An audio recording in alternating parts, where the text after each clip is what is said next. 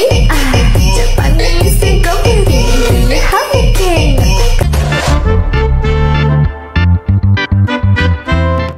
kan, welcome back to my channel seputar lika-liku teknisi bagus. Oke kan, jadi di video kali ini saya ada sebuah ponsel Vivo Y17 ya, dengan kondisi panel layar atau bagian LCD nya itu sudah tidak tampil sempurna, dia hanya menampilkan garis-garis ya. Nah, jadi untuk video kali ini saya hanya sharing santai saja ya, sharing tentang pengalaman saya mengganti panel layar dari Vivo Y17. Itu tadi adalah panel layar yang baru yang sudah saya siapkan untuk mengganti panel layar yang sudah rusak ya. Nah, untuk langkah pertama kita perlu melepaskan SIM tray-nya terlebih dahulu ya. Kemudian jika SIM tray sudah terlepas, kita lanjut untuk melepas casing bagian belakang. Untuk melepas casing bagian belakang, kita bisa menggunakan bantuan kuku seperti saya ya di video ini, atau juga bisa menggunakan alat bantu, alat opening tool yang banyak dijual di toko online ya, atau di toko-toko spare part. Alat opening toolnya itu ada yang berbahan plastik, ada juga yang berbahan metal. Nah, selanjutnya ketika kita sudah berhasil melepas casing bagian belakang, itu jangan langsung dilepas secara keseluruhan, jangan ditarik keras-keras karena masih ada fleksibel fingerprint yang terhubung ke mesin. Lepas terlebih dahulu baut yang mengunci plat pelindung dari fleksibel fingerprintnya, kemudian kita diskonekkan fleksibel fingerprintnya dari mesin. Nah, selanjutnya kemudian kita harus melepas beberapa baut ya yang mengunci casing penutup mesin. Nah, bautnya ini dia menggunakan baut plus atau baut Phillips ya bahasa kerennya, jadi baut Phillips ya. Nah, untuk obengnya saya menggunakan obeng bermata plus atau bermata Phillips ya, itu dengan ukuran 1,5 kali 25 mm ya. Jadi obengnya itu ukurannya 1,5 kali 25 mm dengan mata Phillips atau mata plus ya. Oke, ini casing penutup mesin sudah terlepas. Lanjutnya kita lepas fleksibel baterai, fleksibel LCD, dan fleksibel on off nya. Nah, jika kita sudah diskonekkan beberapa fleksibel itu tadi, kita lanjut untuk merenggangkan ya perekat dari baterai. Nah, ini ada plastik bantu ya, plastik perekat dari baterai itu kita renggangkan terlebih dahulu ya di sisi kanan dan di sisi kirinya. Jika sudah kita renggangkan, lanjut kita untuk melepas baterainya dengan cara menarik plastik bantu yang berwarna hijau yang sekarang ini sedang saya tarik ini ya. Nah, tarik pelan-pelan hingga baterainya terlepas. Kemudian karena di baterai ini timbul kerutan ya, di kulit baterainya timbul kerutan, kita rapikan terlebih dahulu ya. Ini saya menggunakan alat congkel, ini sebetulnya alat congkel berbahan apa ya, ini ya bahannya ya, bukan metal sih tapi cukup kuat ya bahannya. Jadi bentuknya seperti sodil untuk masak itu ya. Nah, ini plastik maksud saya kulit baterainya sudah saya rapikan, kita singkirkan dulu ya untuk baterainya. Lanjut untuk mengangkat plastik perekat dari baterainya ya. Nah, ini saya angkat plastiknya ya karena fleksibel LCD nya ini ada di bagian bawah plastik perekat baterai. Jadi kita perlu angkat terlebih dahulu seperti ini, tidak perlu diangkat keseluruhan ya plastik baterainya ya, cukup seperti ini saja ya, setengah saja. Yang penting kabel fleksibel dari panel layar itu bisa kita angkat ya.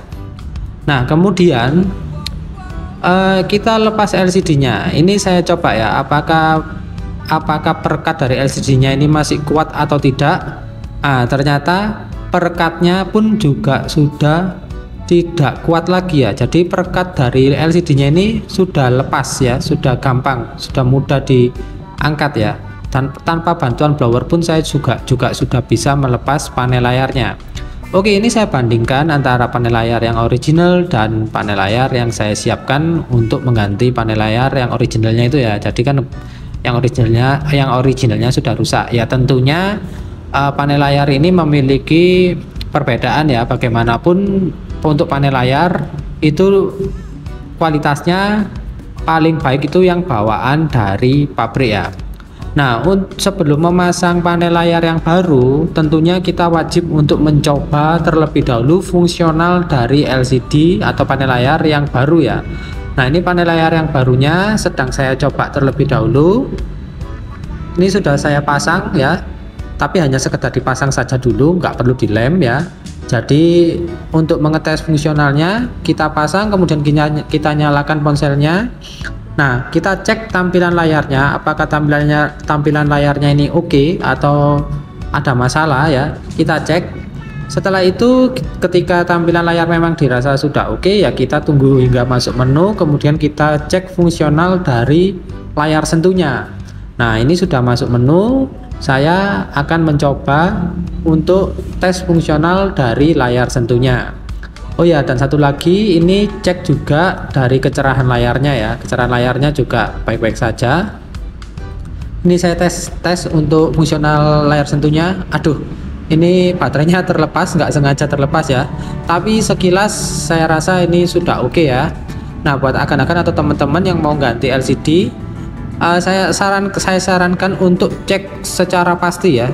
Jadi betul-betul perhatikan ya, betul-betul perhatikan fungsionalnya ya, jangan sampai ada yang terlewat ya. Jadi fungsional tampilan, fungsional layar sentuh itu pastikan benar-benar oke, baru setelahnya silakan dipasang menggunakan lem ya.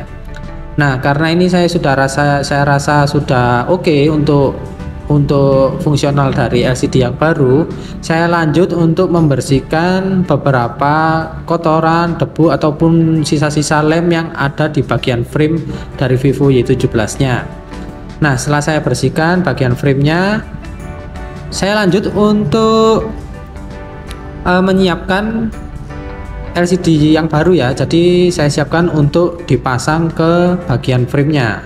Nah, di bagian LCD ini kan ada beberapa segel ataupun ada stiker barcode dari penjualan tokonya itu ya, itu dilepas saja ya. Tapi kalau buat akan-akan yang nggak ingin melepas ya silakan, nggak apa-apa, nggak masalah. Jadi kalau saya karena ini segel ya sudah tidak dibutuhkan dan memang fungsionalnya sudah baik-baik saja ya sudah ya, jadi saya lepas saja. Dengan begini, dengan dilepasnya segel dan stiker barcode itu tadi, berarti garansi dari toko atau penjual spare partnya itu pun juga sudah hangus ya. Nah, jadi setelah saya siapkan untuk panel layarnya sudah siap, sudah dibersihkan dari segel-segel ya, kita lanjut untuk memberikan atau menambahkan perekat ya, lem di bagian frame ya untuk pemasangan panel layar yang baru. Nah, karena ini saya menggunakan karena di video ini saya juga menambahkan lem B7000 ya. Ini maaf, T7000 maksud saya ya. Ya, maaf ya, agak belibet sedikit. Jadi saya tambahkan lem T7000 secukupnya di bagian frame untuk memasang panel layar yang baru ya. Lem T7000 nya itu tadi berwarna hitam ya. Kalau T7000 itu berwarna hitam, kalau B7000 berwarna bening. Kalau B7000 sih biasanya digunakan untuk pemasangan casing.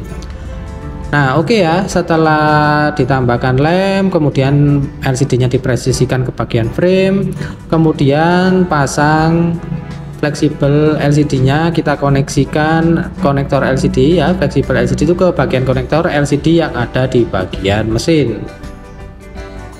Oke ya, pelan-pelan saja untuk pemasangan konektornya, jangan sampai membuat kaki-kaki dari konektornya menjadi patah atau bengkok ya. Nah, selanjutnya setelah kita pasang fleksibel konektor LCD-nya ya, atau fleksibel LCD-nya, kita kembalikan lagi atau kita presisikan kembali baterainya ya, baterai kita pasang kembali. Jangan lupa juga untuk memasang fleksibel baterainya ke mesin. Kita rapikan, kemudian lanjut untuk memasang casing penutup mesinnya kembali ya.